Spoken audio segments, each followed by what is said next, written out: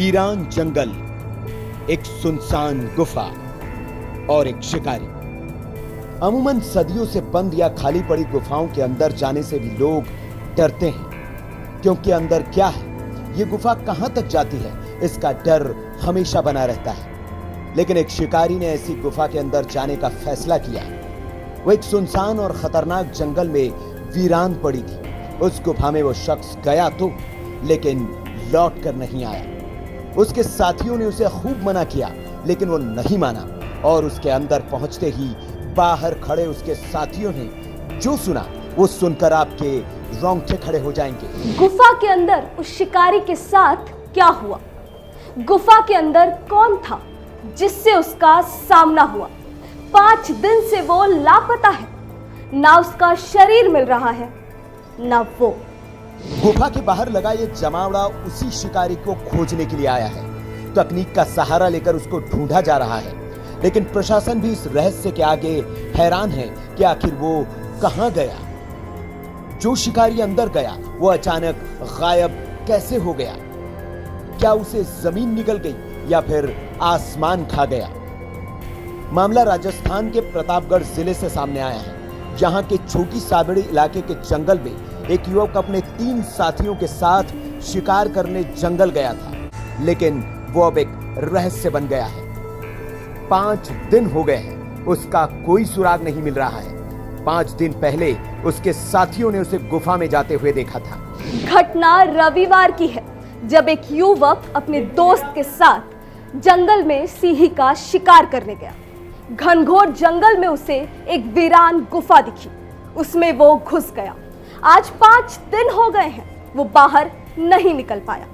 प्रशासन ने जयपुर और उदयपुर की एसडीआरएफ टीमों को बुलाया है। एसडीआरएफ की टीम ने तकनीक भिड़ा ली, मशीनें लगवा ली, लेकिन अभी तक वे भी नाकाम ही है।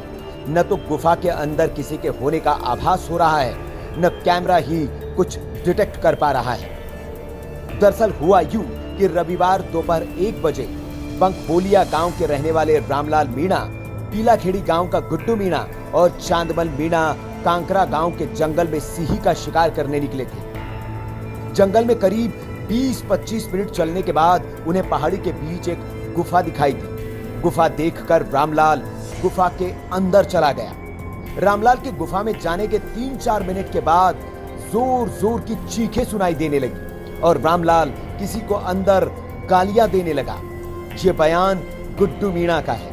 ये शोर करीब 20 से 25 मिनट तक चलता रहा।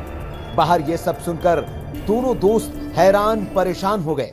उन्होंने रामलाल को कई आवाजें लगाई, लेकिन करीब 25 मिनट बाद ये आवाजें बंद हो गई। चांदमल और गुड्डू ने रामलाल को फिर आवाज लगाई, बाहर आने के लिए गुहार की, लेकिन गुफा से कोई जवाब नहीं मिला।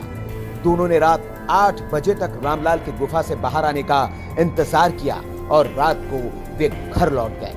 अगले दिन सोमवार को रामलाल का भाई पूरे गांव के लोगों के साथ मौके पर पहुंचा।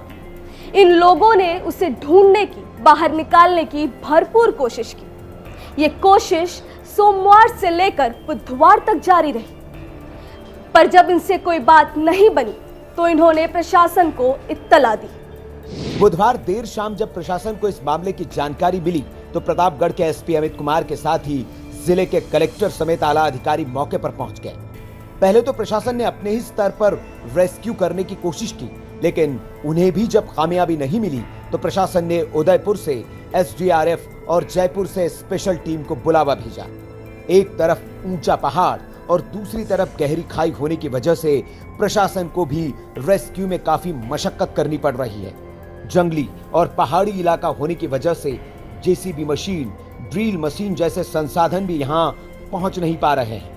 वैसे एसडीआरएफ की टीम ने कैमरों की मदद से गुफा के अंदर झांकने की कोशिश की, लेकिन पाइप और दूसरे माध्यमों के जरिए गुफा में कैमरा सिर्फ 25 फीट की गहराई तक ही जा पाया, लेकिन इतनी दूर तक किसी भी इंसान के होने के कोई निशान नहीं मिले। एसपी अमित कुमार की माने तो 25 फीट से आगे कैमरा गुफा में नहीं जा पा रहा।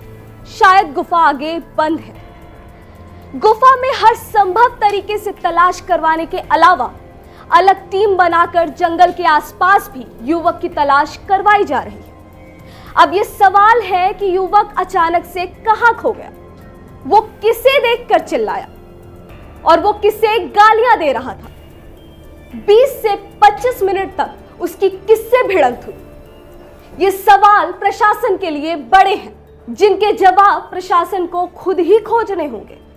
फिलहाल खबर पर आपकी क्या राय है, हमें कमेंट्स में जरूर बताएं। वीके न्यूज, राष्ट्र के नाम।